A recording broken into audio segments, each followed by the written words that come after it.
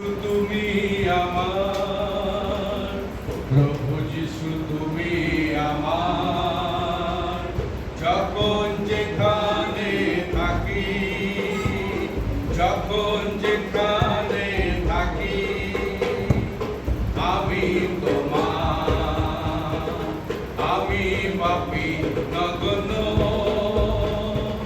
তোমার কৃপায় ধন্য, আমি পাপী নগণ্য, তোমার কৃপায় ধন্য।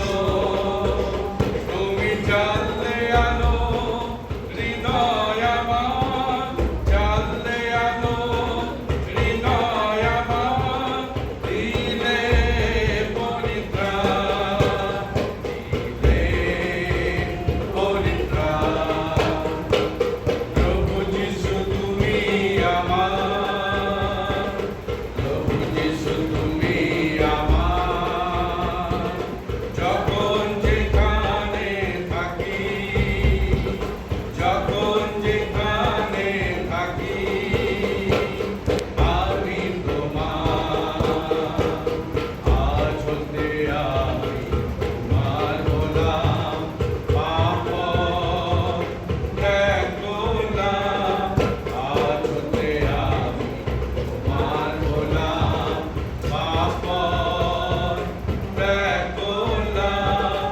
সৎ পথে চলবো আমি, সৎ পথে চলবো আমি, করলাম।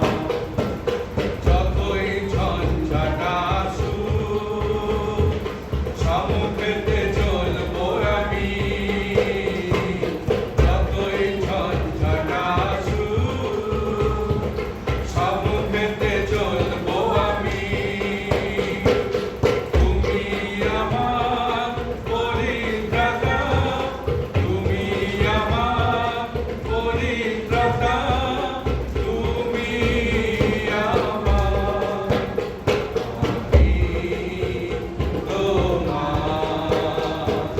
প্রভু যিশু তুমি আমার, প্রভু যিশু তুমি আমার যখন যেখানে থাকি, যখন যেখানে থাকি আমি তোমার।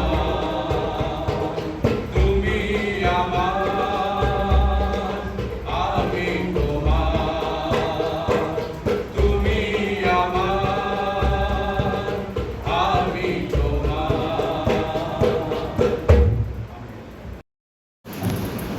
তাহলে যিশু প্রথম কি বলেছেন? মন ফিরান। যখন স্বর্গারোহণ করলেন তখনও তিনি বলে পাপ মোচনার্থক এই সুসমাচার প্রচার করো। কেন প্রচার করো? যেন মন ফিরান। তাহলে আজকে আমরা আগে পাপের মধ্যে থেকে মন ফিরিয়েছি কি ফিরাই না? যদি প্রভুর দিকে তাকাই, মন ফিরিয়ে থাকি, তার মানে আমরা প্রভুর দিকে।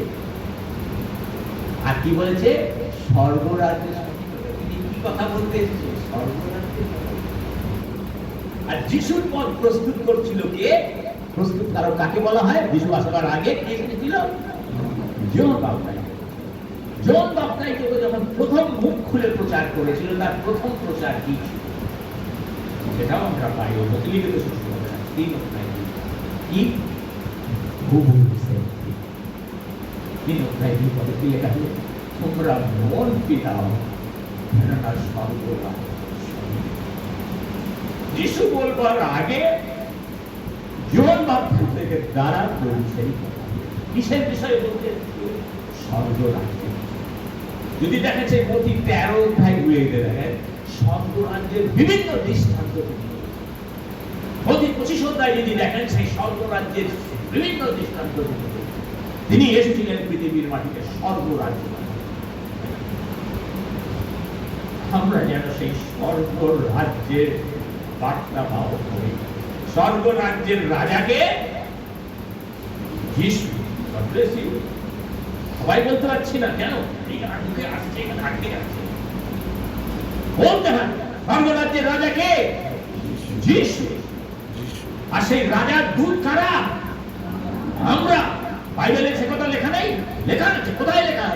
যদি আমরা প্রথম করিন্থীয় 5 অধ্যায় 20 পদ দেখি, সেখানে বলা হয়েছে ঈশ্বর এবং মনুষ্যদের মধ্যে যে মধ্যস্থতা করেছেন, কে করেছে? যিশু খ্রিস্ট করেছেন। তিনি মিলন ঘটিয়ে দিয়েছেন, সেই যিশু খ্রিস্ট।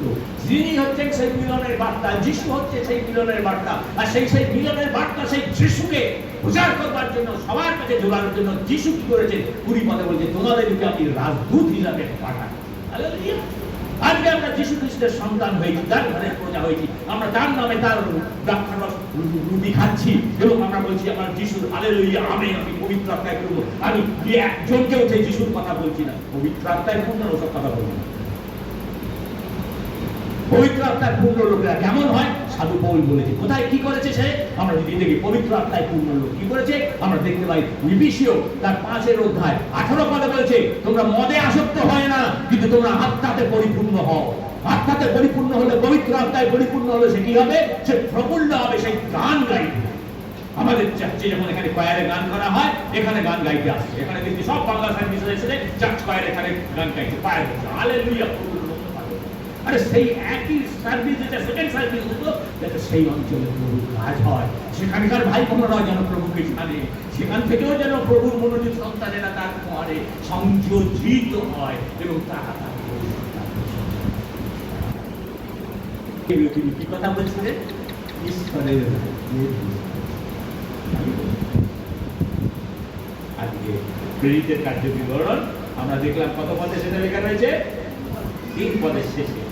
এবং ঈশ্বরের রাজ্যের বিষয়ে নানা কথা বললেন। আমরা কি সেই ঈশ্বরের রাজ্যের কথা, যিশুর কথা আমরা কি যখন জগতে যাই, জগতে নানা কাজের মধ্যে থাকি, এই সময় বলি? আমি সত্যি কথা বলছি, দেখুন, আমি কোনো একটা কাজ করতে হাতি সুরে গেছিলাম, ওখানে গেছিলাম, সেটা কাজটা করে আমি সাইকেল নিয়ে যাইনি, আমি অন্য কিভাবে গেছিলাম ওখানে। এবার ওখান থেকে যখন আমি আসবো, আমি বাসে উঠেছি, 47B-তে উঠেছি। আমার সাইকেল এখানে রাখা ছিল, এখান থেকে আমি সাইকেলটা নিয়ে উঠেছি। তো 47B-তে উঠেছি, তখন দেখি আমার কাছে একজন বুড়িমা এসে বসে, তখন আমাকে দেখে বলছে যে আপনি কি? তখন মাসিমা আপনি যাচ্ছেন কোথায়? বলছি হ্যাঁ আমি যাচ্ছি। তখন বলছি হ্যাঁ আমি এই যে এখানে একটা চার্চ হয়েছে না, এই চার্চের আমি ফাদার। ওকে, তা সেই জন্য আপনি যদি রবিবার আপনার সময় থাকে এই চার্চে আসবেন 11টার সময়। আমি বলছি আমাকে 3-4 বার আমি গেছি।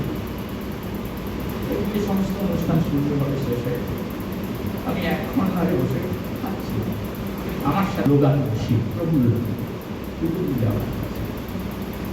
তখন একটা স্টুয়ার্ডস এসে বলছে আপনাদের কিছু লাগবে? বলে না না আমরা সবই পেয়েছি।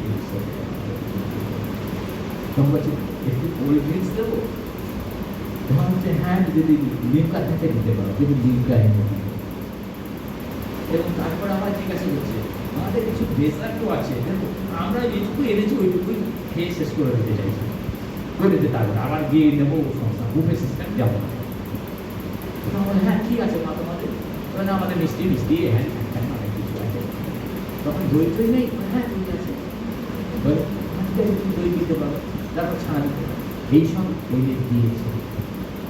যখন দিয়েছে তখন আমি ওকে ওখানে ফুল গসপেল দিয়েছি। বিশ্বাস করবেন, ফুল গসপেল দেওয়ার পর এই যে প্রভু, এই প্রভুকে তোমার হৃদয় দরজার দাঁড়িয়ে আঘাত করছে, এই প্রভুকে তুমি তোমার হৃদয়ে স্থান দেবে না? তুমি নিজেকে পাখি বলে মনে করো না? তা তুমি চাও সেই প্রভুকে তোমার হৃদয়ে স্থান দিতে? হ্যাঁ, একটু কাছে মাথা নিচে করো, চোখ বন্ধ করো, আমার সাথে প্রেয়ার হবে। বিশ্বাস করুন সেখানে সিএনএ অনেক পাস্টার কথা